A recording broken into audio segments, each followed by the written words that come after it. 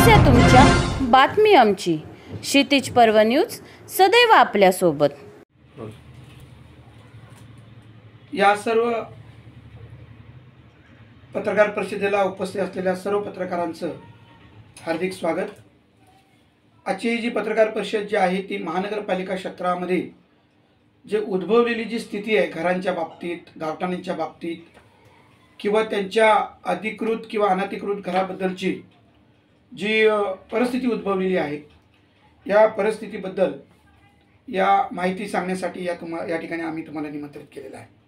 अत्यंत महत्त्वाचा विषय आहे आणि तुम्ही या विषयाला जास्तीत जास्त प्रसिद्धी देऊन लोकांमध्ये जनजागृती करावी अशी माझी विनंती राहील. तर विषय असा आहे की आपणास माहीत आहे की पनवेल महानगरपालिका क्षेत्रामध्ये जे 29 गावं आहेत त्यापैकी 27 गावांमध्ये सिटी सर्वे महानगरपालिकेने सुरू केला होता. जवळजवळ कोट्यावधी रुपये खर्च करून हा सिटी सर्वे एका प्रायव्हेट संस्थेला महानगरपालिकेने दिला होता आणि हा सिटी सर्वेचं काम जवळजवळ 95% म्हणायला हरकत नाही हा पूर्ण झालेला आहे. आणि आता सर्व गावातील लोकांना ज्या टॅक्स पावत्या आहेत त्या टॅक्स पावत्या द्यायची सुरुवात झालेली आहे. मग त्याच्यामध्ये वाढीव टॅक्स आलेला आहे, हा एक विषय वेगळा आहे. अधिकृत घर की अनधिकृत घर हा एक विषय वेगळा आहे. किंवा ही घरं भविष्यात अधिकृत होतील की अनधिकृतच राहतील अशा प्रकारचा विषय सध्या या महानगरपालिका लोकांमध्ये संभ्रमाचा विषय आहे. आणि प्रत्येक गावामध्ये प्रत्येक नेता हा वेगवेगळ्या प्रकारची भूमिका आपल्याला मांडताना दिसत आहे. एक माझ्या ज्ञानानुसार हे सरसकट काय विषय आहे हे आपल्यासमोर मांडण्यासाठी ही मी पत्रकार परिषद आयोजित केलेली आहे. तर सर्वप्रथम इथली जी भौगोलिक रचना आहे ती भौगोलिक रचना तुम्ही मागच्या माझ्या मुलाखतीमध्ये पाहिली असेल की मी सांगितलं होतं की इथली जी गावं आहेत म्हणजे आपण टेंबोडा नेवालीपासून तर देवीचा पाडा, पालेखुर्द, तोंडरे, घोट हा संपूर्ण जो पट्टा आहे अगदी तळोजा, मजकूर, पिसरवा, करवले हे सर्व गावांमध्ये इथली जी भौगोलिक रचना आहे किंवा जागांची जी मालकी आहे ती पूर्णपणे गावांची मालकी आज देखील महानगरपालिकेला मिळाली नाही. म्हणजेच काय, MIDCने अजून जागा महानगरपालिकेकडे हस्तांतरित केली नाही. महसूल विभागानं पूर्ण जागा महानगरपालिकेकडे हस्तांतरित केली नाही. फॉरेस्ट खात्यानं महानगरपालिकेकडे जागा हस्तांतरित केली नाही. अशा पार्श्वभूमीवर लोकांमध्ये संभ्रम निर्माण झालेले की कोणती घरं अधिकृत आहेत, कोणती घरं अनधिकृत आहेत. आता सगळ्या गावांना गावठाण मोजण्याची नोटिसा आलेल्या आहेत. कालच मला वाटतं 4-8 दिवसामध्ये तळोजा मजकूरमधलं गावठाण मोजणी झालेली आहे. आमच्या देवीच्या पाड्यामध्ये गावठाण मोजणीचं पत्र आलेलं आहे, परंतु ते अधिकारी गावठाण मोजायचं काम का चालू करत नाही याचं पत्रव्यवहार मी माननीय कलेक्टरना केलेलं आहे की आमचं गावठाण विस्तार लवकरात लवकर करावा म्हणून. कारण तशा प्रकारची नोटीस आलेली असताना देखील जे संबंधित अधिकारी आहेत जे त्या नोटीस माननीय आयुक्तांच्या नावावर महसूल विभागाने दिलेली आहे की आम्हाला ती जागा मोजण्याचा अधिकार द्या, पण ती अधिकारी का मोजत नाहीत हा प्रश्न आहे. म्हणून आजच माझा एक कार्यकर्ता जिल्हाधिकाऱ्यांकडे गेलेला आहे अलिबागला आणि गावठाण मोजण्याची आम्ही त्यांना विनंती पुन्हा केलेली आहे. ह्याचं कारण असं आहे की काही प्रश्न लोकांमध्ये संभ्रमित झाल्यामुळं काही लोक गावातल्या लोकांना काही वर्गणी काढायला सांगताना असं माझं निदर्शनास आलेलं आहे. प्रत्येक गावातून पर घरपट्टीप्रमाणे 1000 रुपये काढा, मग ते जेवढे पैसे जमा होतील त्या पैशातनं आम्ही तुम्हाला तुमची घरं निश्चित करून देऊ किंवा त्याच्यावरती स्टे आणू किंवा आपण एक पहिल्यांदा प्रायव्हेट सर्वेवाला बोलून गावठाण निश्चित करू आणि मग सरकारला सांगू की हा गावठाण मोजा. अशा प्रकारचे संभ्रमित प्रश्न लोकांमध्ये उपस्थित करत आहेत आणि पैसे जमा करत आहेत. उद्या या पैशांचा काय होणार, त्याचा हिशोब कोण देणार किंवा नक्की एवढा खर्च येणार का हे प्रश्न अधांतरित आहे.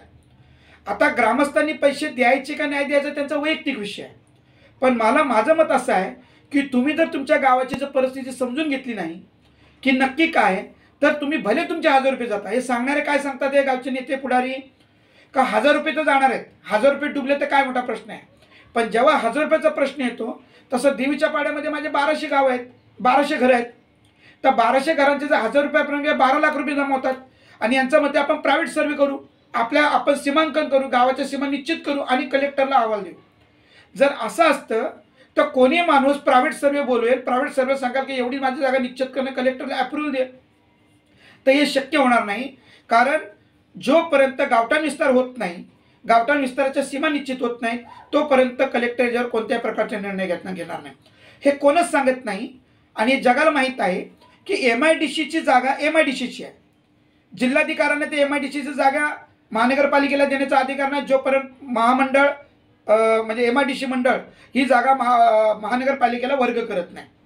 जोपर्यंत फॉरेस्टची जागा आहे, फॉरेस्टवाले जोपर्यंत महानगरपालिकेला वर्ग करत नाही तोपर्यंत फॉरेस्टची जागा महानगरपालिकेला मिळणार नाही.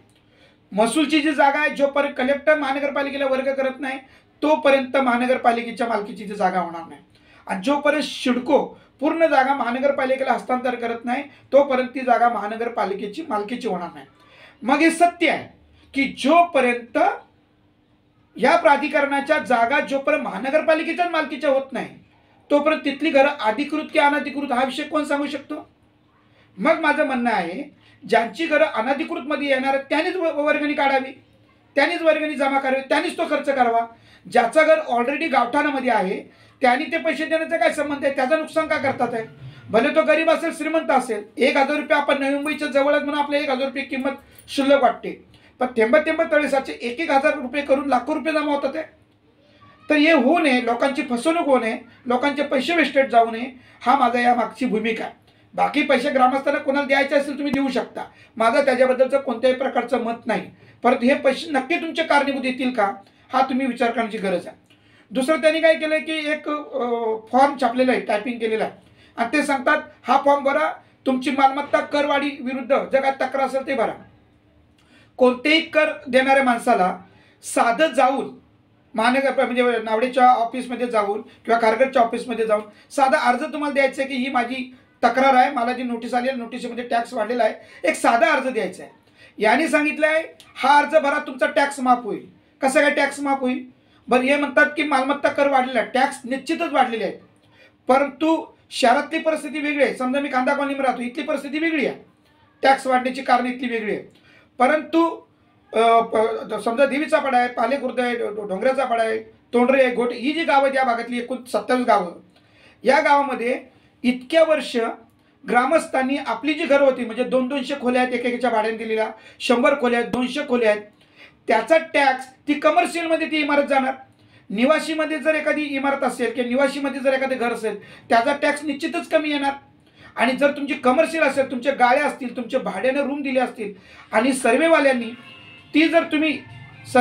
जर ती नोटीस जर तुम्ही हे केलं नसतील, कमर्शियलमध्ये जर घेतले असतील, साधिकच कमर्शियलचा टॅक्स लागणार आहे. आणि जर कमर्शियलचा टॅक्स जर लागला नाही वाढला तर 100% तो टॅक्स वाढणार आहे. याचा आपण त्या ठिकाणी विचार करणं काळाची गरज आहे. पण जर कमर्शियलमध्ये मी त्या कंपनी जी आहे दुष्यंत त्याचे अधिकारी आहेत, मी त्या अधिकाऱ्यांना देखील सांगणार आहे तुम्ही जे सर्वे केलेला आहे तो कमर्शियल आणि रेसिडेन्शियल याचा मान्य आयुक्तांनी देखील विचार करावा. काही घरं सुटण्याची शक्यता आहे. जर तसं निदर्शन आलं तर जे निवासी घरं आहेत ती निवासी असली पाहिजे, ती कमर्शियल असले पाहिजे, तर कमर्शियलचा निश्चितच टॅक्स वाढणार आहे. तर या ठिकाणी मला एवढंच सांगायचं आहे की जोपर्यंत महानगरपालिका, MIDC, फॉरेस्ट, गुरचरण, सरकारी पड या ज्या सगळ्या सरकारी प्राधिकरणाच्या जागा महानगरपालिकेच्या ताब्यात येत नाही तोपर्यंत ग्रामस्थांनी कोणत्याही प्रकारची हालचाल करू नये असं माझं मत आहे. सरकार थोड्या दिवसामध्ये मला जी उपलब्ध माहिती मिळते की सरकार लवकरच एक GR काढणार आहे. तो GR काढून की बाबा एक विशिष्ट तारीख येणार, या तारखेपर्यंतची घरं लिगल होती, त्याची आपण वाट पाहिली पाहिजे. आणि तुम्हाला माहीत आहे एखाद्या MIDCच्या जागेतलं घर जर नियमित करायची वेळ आली तर MIDC काय बोलतात ठीक आहे ही जागा आम्ही तुम्हाला सोडतो, त्या घराची रक्कम भरा. ते ज्याचा घर MIDC जागेत आहे तो तेवढी रक्कम भरू शकतो का. एखाद्या जागा फॉरेस्ट जागेमध्ये आलं तर फॉरेस्टमध्ये तो पैसे भरू शकतो का. सरकारी पड किंवा आकारी पड किंवा गुरचरण जागेमध्ये एखादं घर आलं तर सरकार सांगतं ठीक आहे घर तुझं लिगल करतो आम्ही, याची एवढी रक्कम होते सरकारी रेटप्रमाणे, ती रक्कम तुम्ही भरा. तर तो ग्रामस्थ भरणार आहे का. म्हणजे सगळं अनुत्तरित प्रश्न असताना अगोदरच लोक प्रॉब्लेममध्ये आहेत. आणि मग ही लोक जी पैसे जमा करतात, ही पैसे जमा करताना ते नक्की काय करणार आहेत. किंवा मी एखाद्या घरपट्टीचे 1000 रुपये भरले तर हे मला गॅरंटी देणार आहेत का की हे घर नक्की तुमचं अधिकृत होणार आहे की अनधिकृत होणार आहे. आणि गावठाणातली जी घरं आहेत प्रत्येक गावातली, त्या गावठाणातल्या घरांचे पैसे किंवा त्यांचा काही प्रॉब्लेमच नाही तरीसुद्धा त्यांचे पैसे अनधिकृत घरांसाठी लोकांनी का द्यावेत. तर माझं स्पष्ट मत आहे त्यांनी देऊ नयेत. आणि ही जर परिस्थिती अशी जर चर्चा झाली गावागावांमध्ये तर निश्चितच या विषयामध्ये आपण चर्चा करून निर्णय घेऊन या ठिकाणी आपण एक चांगली भूमिका ग्रामस्थांनी घेऊ. यातून घरं अधिकृत करण्यासाठी जन आंदोलन उभं राहणे काळाची गरज आहे. ती गावागावामध्ये उभं राहतील, पण मधीच राजकीय वरिष्ठ नेते या विषयावर कोणी बोलायला तयार नसताना वेगळीच लोक या ठिकाणी पैसे जमा करून शासकीय लढाई लढण्याच्या नावाखाली जे पैसे कलेक्शन करतात त्याला माझा विरोध आहे. शेवट करताना मी एवढे सांगेन, सर्व 27 गावातील लोकांना ज्याला पैसे द्यायचे ते देऊ शकतात, पैसे जमा करायचे करू शकतात, याच्याबद्दलचं माझं काय मत नाही. परंतु हे पैसे योग्य ठिकाणी कारणी जाणार नाहीत, त्यातून काही साध्य होणार नाही. कारण आपण प्रायव्हेट केलेल्या सर्वेला कलेक्टर मान्य करायला त्याची कोणत्याही प्रकारची गॅरंटी नाही. 1-2 गावामध्ये स्टे मिळालेला आहे, पण स्टे म्हणजे निर्णय नाही, स्टे म्हणजे अधिकृत घर नाही, स्टे म्हणजे तात्पुरती तुमची केली असते का जोपर्यंत 2 बाजू मांडत नाही तोपर्यंतचा विषय असतो.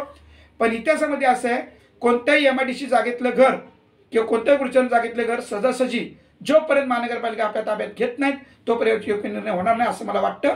ग्रामस्थांनी हे पैसे उभे करण्याची चळवळ थांबवावी असं माझं मत आहे. तरी सुद्धा ज्यांना द्यायचे असतील ते देऊ शकतील, माझं त्याबद्दल काही मत नाही.